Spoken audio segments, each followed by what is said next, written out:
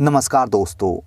गांव देहात में एक कहावत बोली जाती है कि कुछ तो मियाँ जी है ही मलूक, कुछ खाली प्याज।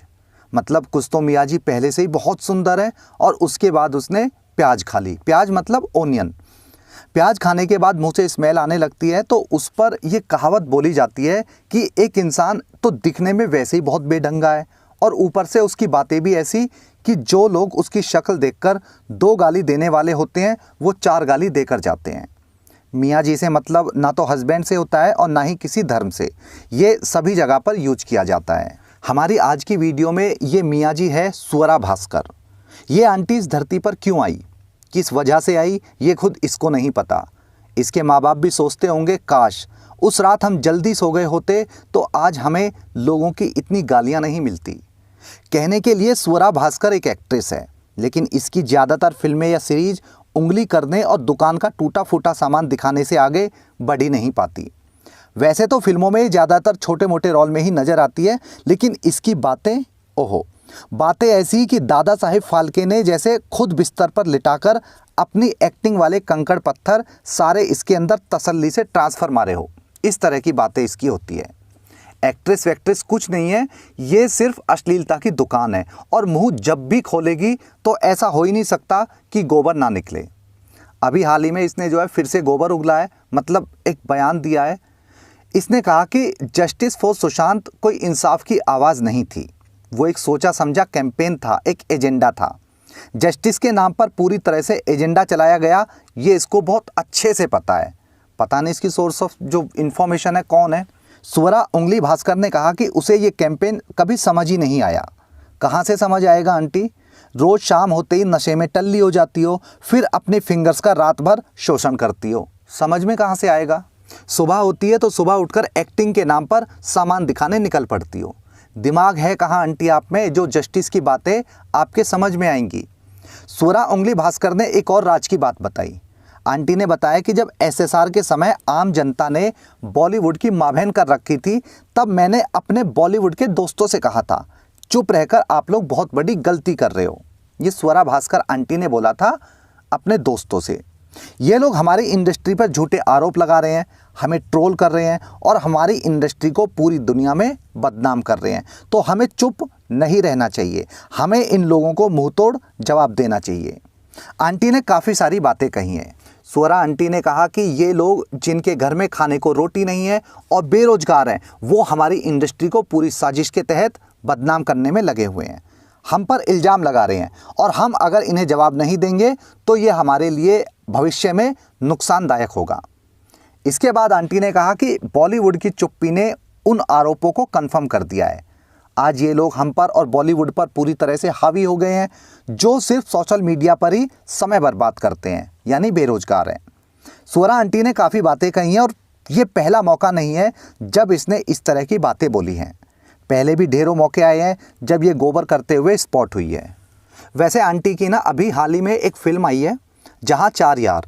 इस फिल्म को 2-3 समोसा क्रिटिक्स ने भले ही अच्छा बताया हो, लेकिन हर किसी ने इसे क्रैप और बकवास बताया है। स्वरा आंटी ने फिल्म में जी भरकर सेक्स का जिक्र किया है और गाली दी है। क्या आज फेमिनिज्म का बस इतना सा मतलब रह गया है कि औरतें और लड़कियां सेक्स की चर्चा कर सके, नंगी होकर घूम सके, गाली दे सके और शराब पीकर और 10-15 अफेयर चला सके? अगर औरत ये सब काम कर रही है तो महिला सशक्तिकरण हो रहा है, वरना औरत को विक्टिम दिखाया जाएगा, औरत को बेचारी बोला जाएगा। हर फिल्म में आज की डेट में यही सब दिखाया जाता है। किसी इक्का दुक्का फिल्म का या वेब सीरीज़ को छोड़ दिया जाए तो हर फिल्म में गलत चीज़ों पर फोकस किया जाता है। कभी भी ये नहीं बताया जाता कि लड़कियों को शिक्षा ज़रूरी है, उन्हें काम की और अच्छी ज़िंदगी जीने की आज़ादी होनी चाहिए, यानी अच्छी बातें बहुत ज़्यादा फोकस होती नहीं हैं। लेकिन बॉलीवुड फिल्मों में लड़कियों और औरतों की आज़ादी का मतलब सिर्फ क्या होता है? फीमेल्स दारूबाज बने, कम कपड़े पहनकर सामान दिखाए, ढेर सारे लड़कों के साथ में गन्ने का रस निकाले। क्या सच में ये असली फेमिनिज्म है?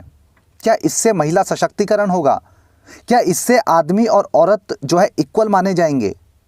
ये फिल्मी भांड और खासकर ये स्वरा भास्कर जैसी 2 कौड़ी की एक्ट्रेस, यही गंदगी आज की डेट में हमारे और हमारी आने वाली युवा पीढ़ी के दिमाग में ठूस रहे हैं। सेक्स, शराब, अफेयर और शरीर की नुमाइश से आगे इन लोगों का फेमिनिज्म आगे बढ़ ही नहीं पाता।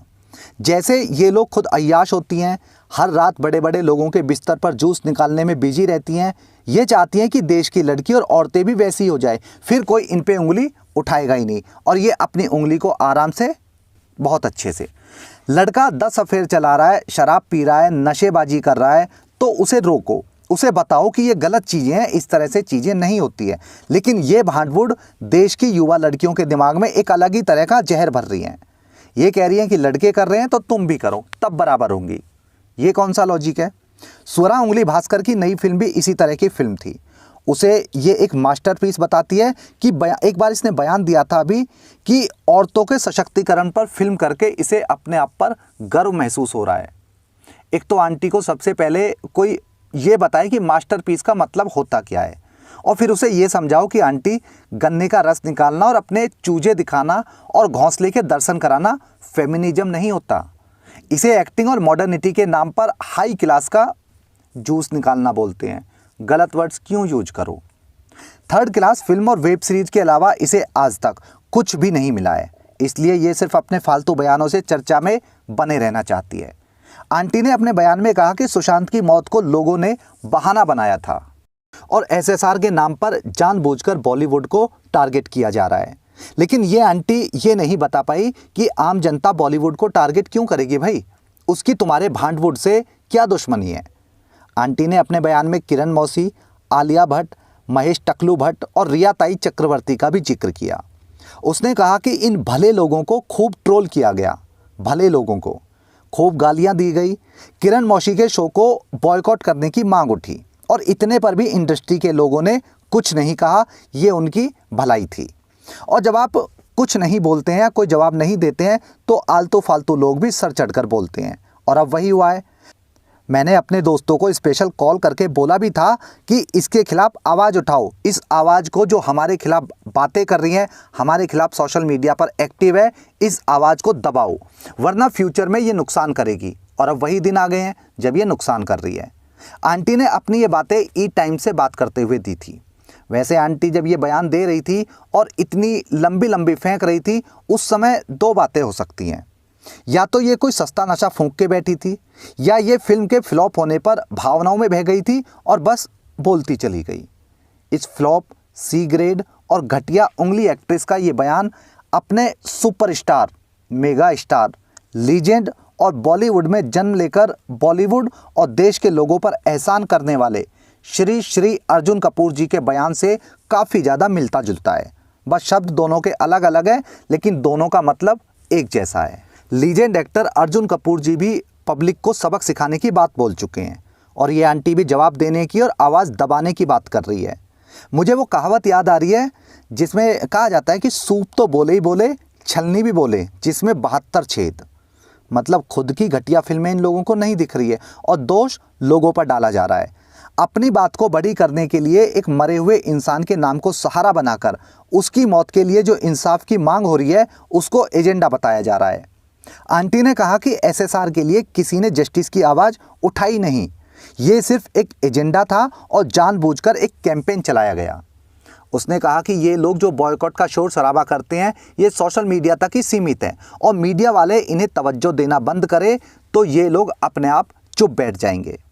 आंटी, ओ स्वरा आंटी, ये बात तो हम भी बोल रहे हैं कि ये जो मीडिया है आपकी बकैती को तवज्जो देना बंद करे तो 4 दिन बाद आप इतनी लंबी लंबी बातें ना करके 2100 रुपये में शादी ब्याह में नागिन डांस करते हुए दिखाई देंगी। लेकिन इस कर्म फूटी मीडिया के चक्कर में 2-2 पैसे की नचनियाँ आज अपने आप को सेलिब्रिटी समझ के बैठी है, और जिस जनता के पैसे से ये करोड़ों कमाती है, उन्हें ही आज की डेट में ये बेरोजगार बता रही है। दुर्भाग्य है आंटी इस देश का। खैर, स्वरा उंगली आंटी की इस उंगली भरी कहानी में अभी के लिए इतना ही। जल्दी मिलता हूँ अगली वीडियो में। जय हिंद, जय राम जी की।